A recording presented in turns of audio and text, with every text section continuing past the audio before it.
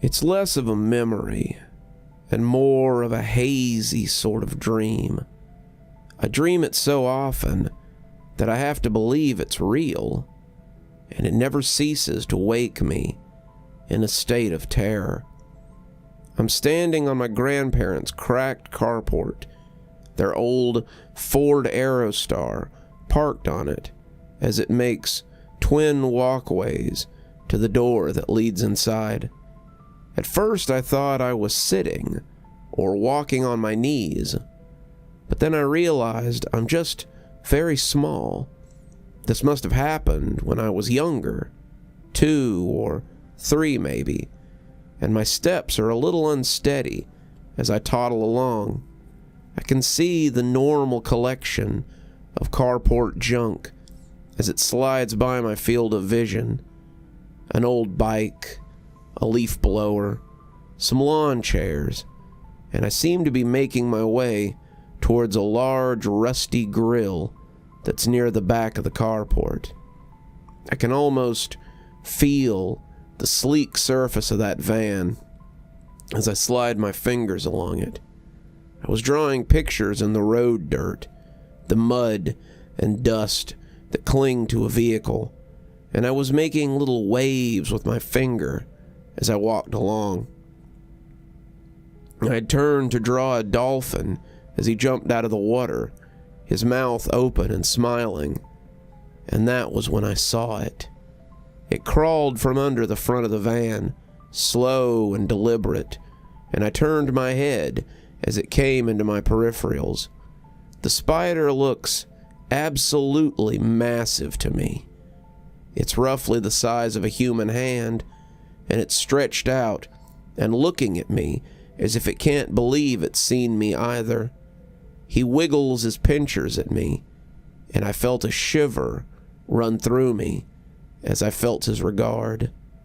I feel a sense of dread that has no place in a child that young. Even then, I knew that I didn't want this thing to come near me.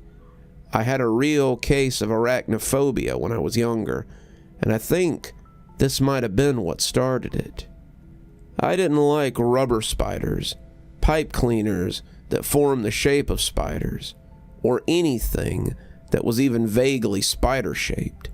I would have rather cut my hand off than hold a living spider, and even just seeing a plastic one or a picture of a spider in a book was enough to make my skin crawl. I remember this one taking a step toward me, and I took a step back from it as that feeling of fear spread through me. It was deliciously invasive, a feeling I would later chase through haunted houses and dark movie theaters. But with all the life experience that a 2 or 3-year-old can have, it was something I didn't like. It made me think of the sounds I sometimes heard in the closet, under the bed, outside my bedroom window. Anywhere else, there might be a monster when the lights were out.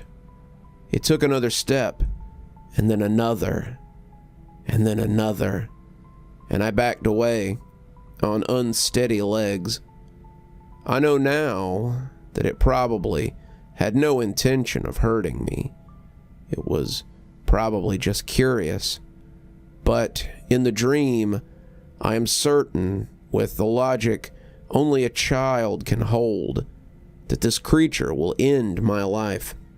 The spider would bite me and put some devious poison into me.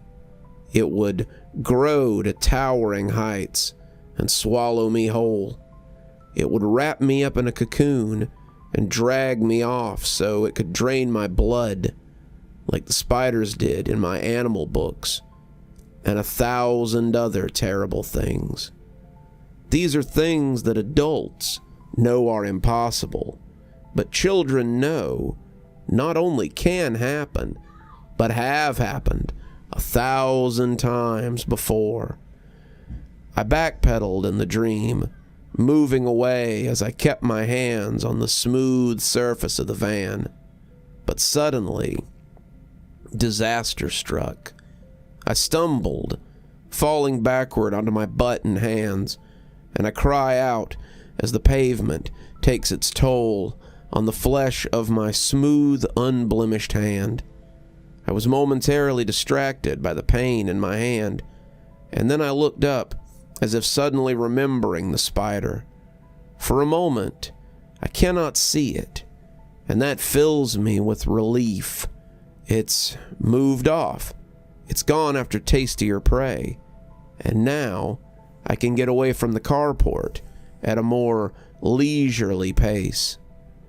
Then I twitch my foot to the side, and there it is, clicking its pincers menacingly as it stares at me. I cry out in fear, and then someone cries out behind me as they call my name. I'm momentarily startled, their voice echoing in the carport, and then I'm scooped up and pulled out of danger by strong, assuring hands. The spider is suddenly miles below me, a toy or a stain on the concrete instead of a threat. And as whoever has picked me up brings a large black house shoe down on the spider, it becomes an actual stain on the concrete.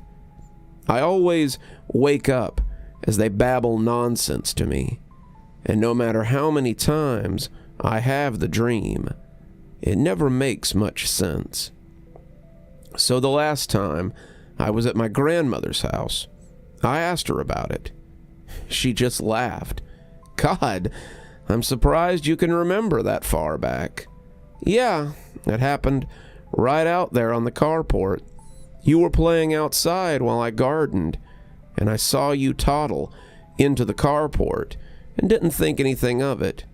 You've never hurt yourself out there before, so I figured I'd just let you play. When you yelled, I came on the run to see what had happened. You were sitting there, crying, and right by your foot was the biggest wolf spider I've ever seen.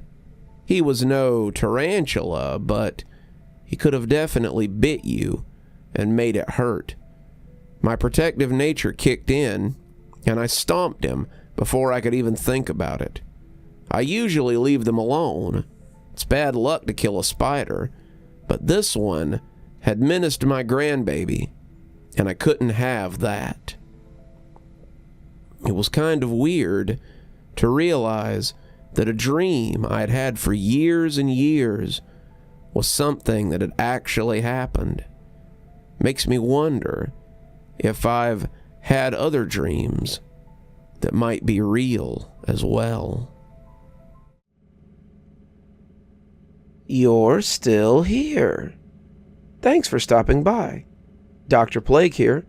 Always a pleasure to see all my new and old viewers coming by for another one of my spooky tales.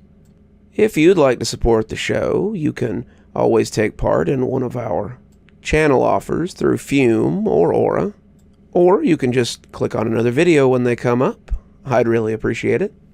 For our newer viewers, we also have lots of playlists and other things if you'd like to get caught up. I know some of my series have been going on for quite a while.